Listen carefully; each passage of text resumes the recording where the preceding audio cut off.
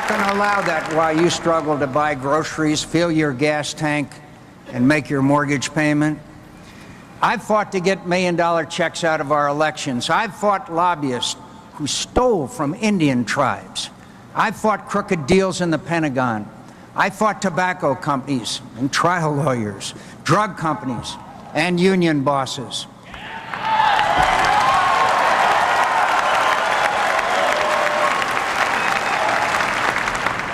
I fought for the right strategy and more troops in Iraq when it wasn't the popular thing to do.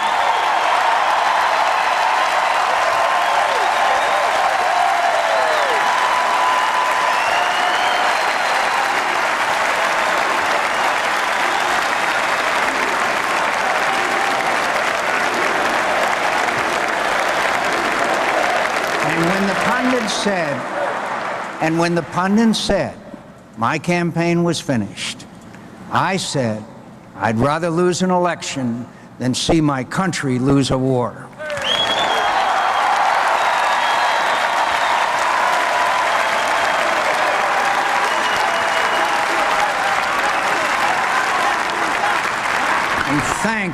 And thanks to the leadership of a brilliant General David Petraeus and the brave men and women he has the honor to command,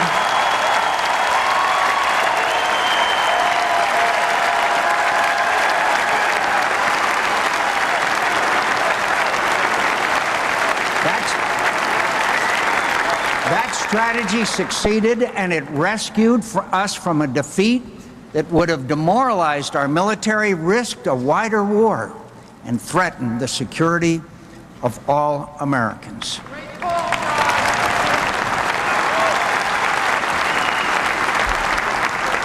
I don't mind a good fight.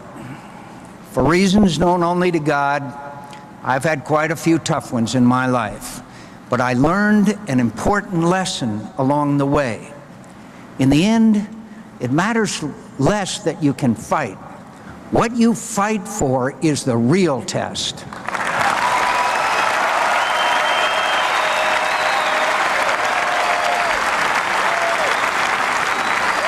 I fight for Americans.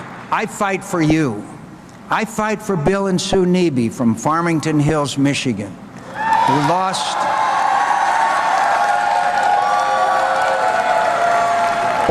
lost their real estate investments in the bad housing market.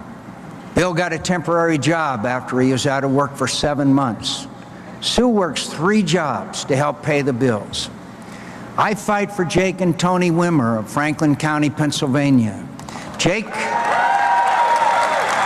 works on a loading dock, coaches Little League, and raises money for the mentally and physically disabled. Tony is a school teacher working toward her master's degree. They have 2 sons. The youngest, Luke, has been diagnosed with autism.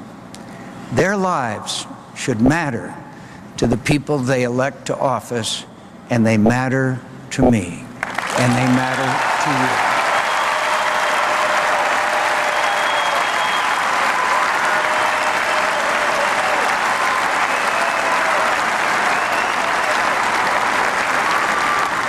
I fight for the family of Matthew Stanley of Wolfboro, New Hampshire.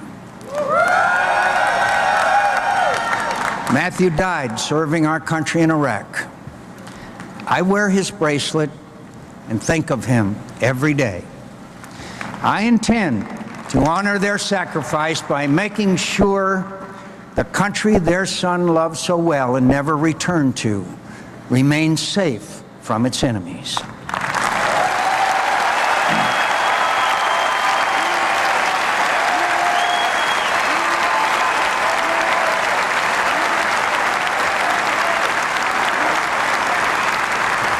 I fight to restore the pride and principles of our party. We were elected to change Washington, and we let Washington change us. We lost the trust of the American people when some Republicans gave in to the temptations of corruption. We lost their trust when, rather than reform government, both parties made it bigger.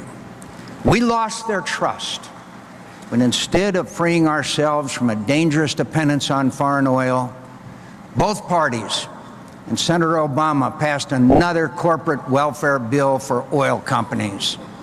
We lost their trust when we valued our power over our principles. We're going to change that.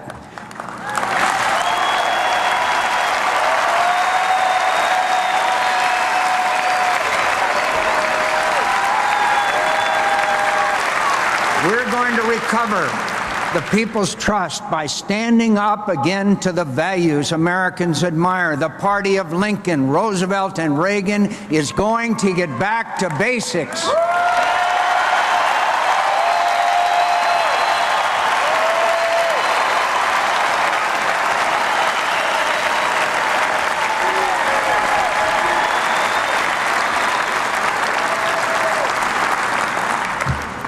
In this country, we believe everyone has something to contribute and deserves the opportunity to reach their God-given potential.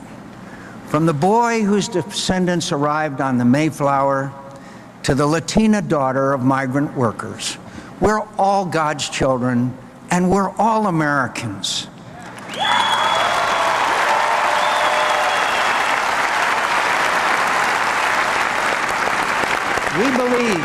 We believe in low taxes, spending discipline, and open markets. We believe in rewarding hard work and risk takers and letting people keep the fruits of their labor. We believe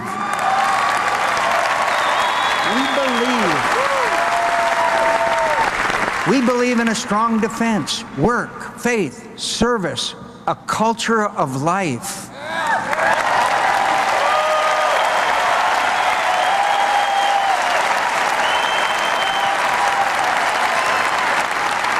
Personal responsibility, the rule of law, and judges who dispense justice impartially and don't legislate from the bench.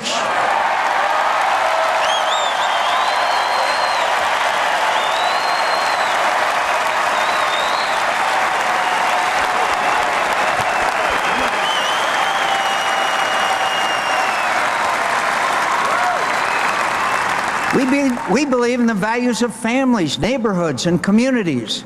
We believe in a government that unleashes the creativity and initiative of Americans. Government that doesn't make your choices for you, but works to make sure you have more choices to make for yourself.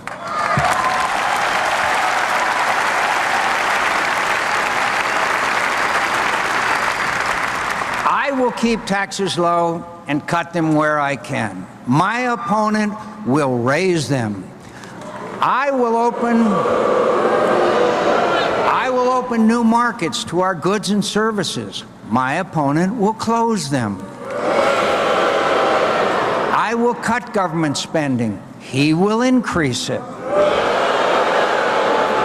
My tax cuts will create jobs. His tax increases will eliminate them.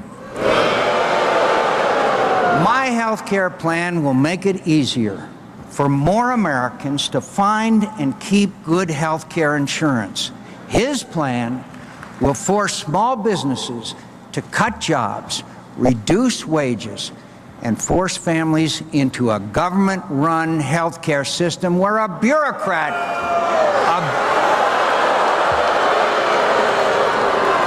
bureaucrat stands between you and your doctor. We all know that keeping taxes low helps small businesses grow and create new jobs. Cutting the second highest business tax rate in the world will help American companies compete and keep jobs from going overseas.